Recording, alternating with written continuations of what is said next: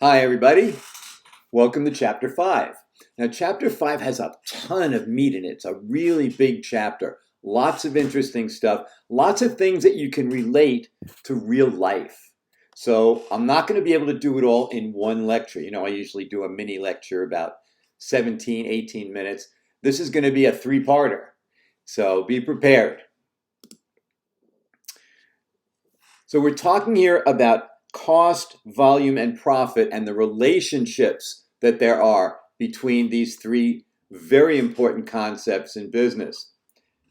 And the contribution income statement, which we talked about before, is really helpful to managers in making decisions about changing prices, changing volume. How do we increase? We're looking at Racing Bicycle Company here. They had sales of 500 bikes. Their variable expenses were 150,000. Contribution margin was 250 minus 150 or 100, and their net operating income was 20 grand. And we can also look at this on a per unit basis. We take the 500 bicycles, divide that into the $250,000 in sales, and we get a price per bike of 500 bucks. The variable expenses of 150,000 divided by 500 gives us a $300 per unit cost, leaving a $200 contribution margin per bicycle. That's an important number because what that tells us is for every bike we sell, we have a contribution margin of 200 bucks. When those $200 pieces add up to $80,000, or the amount of fixed expenses that we have in this case, we've now broken even. We've made enough to pay our bills. Anything past that number is profit. So when we look at this, we have fixed expenses of $80,000, meaning RBC has to generate at least $80,000 in contribution margin to break even. And break even again means we pay all the bills, there's zero profit.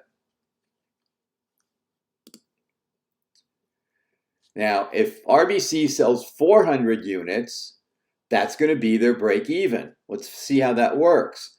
400 bicycles is times 500 bucks per unit gives us $200,000 in sales. $300 per unit in variable expenses times the 400 bicycles gives us $120,000, leaving an $80,000 contribution margin to cover fixed expenses. Our net operating income is zero. So we've broken even. But that's not what businesses are about, are they? They're about making profits. However, it's good to know what your break even is. What this says to them is they have to sell at least 400 bicycles at this price with this variable expense.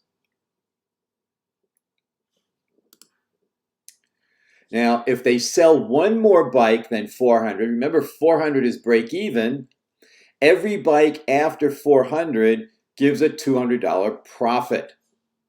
So if they sell 401 bikes, they have $200 in net operating income.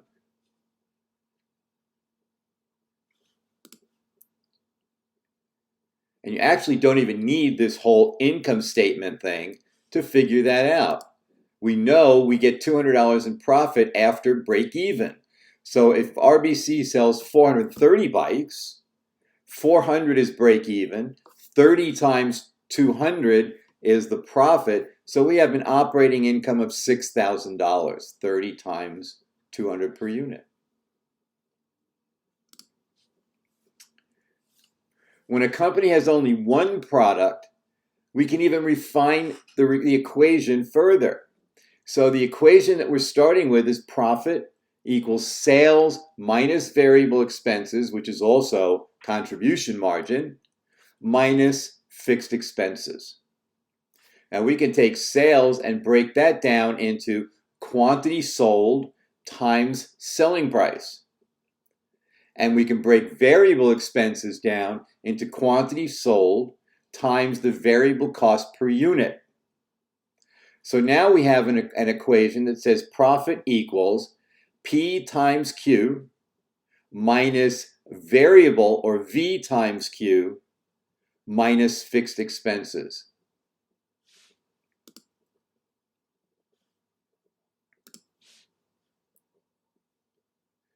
So if we plug in our numbers here from the bike store, our profit of $200 equals a price of $500 times a quantity of 401, remember that's one bike over break even, minus $300 in variable cost times 401 minus 80,000.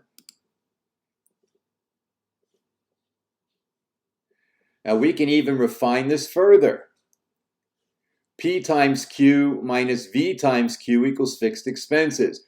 We can take these similar terms outside the parentheses, and then we say P minus V times Q minus fixed expenses.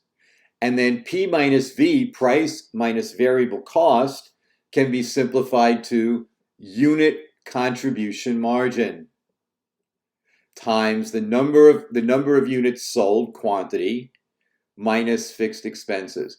So let's throw our numbers in there, see if it works.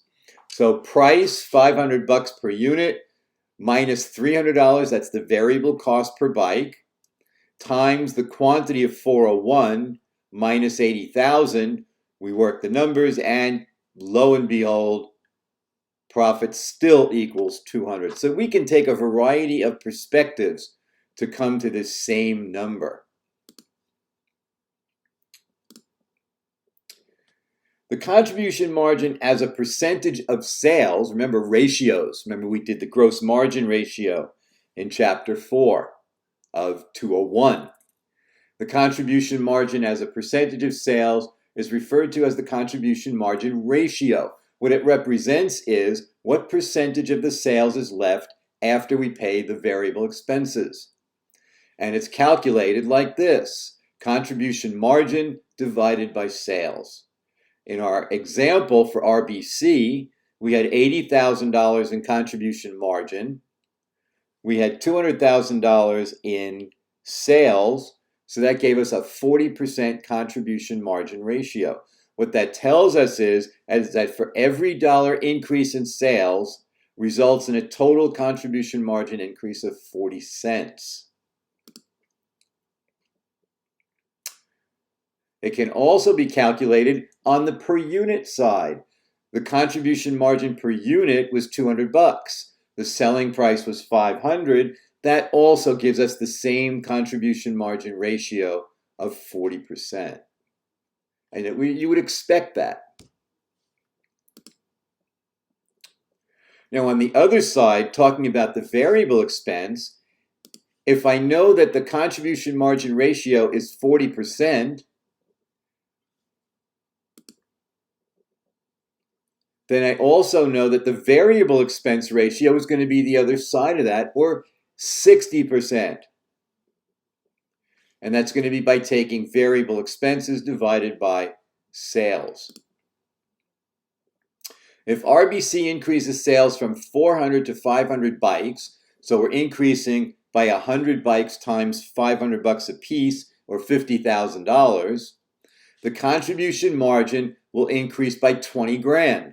Because we're increasing the sales by 50,000 with a 40% contribution margin ratio. 40% of 50,000 is 20. Let's see if it works. So at 500 units, we've got $250,000 in sales. We have 500 times 300, or $150,000 in variable expenses, giving us a contribution margin of 100 grand. Subtract the $80,000 in fixed expenses, leaves us with a net operating income of $20,000. So a $50,000 increase in sales revenue resulted in a $20,000 increase in contribution margin.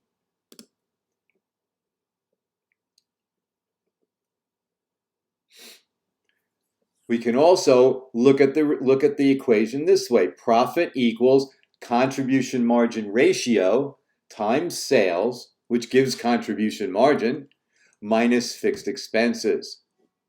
So if RBC increased its sales volume to 500 bikes, let's work it out. We have a 40% contribution margin ratio times, and with 500 bikes, so that gives us $250,000 in sales, which is $100,000, minus the $80,000 for fixed expenses. Again, profit of $20,000.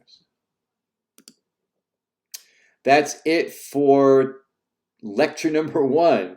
Lecture number 2 will follow shortly. I'll see you there.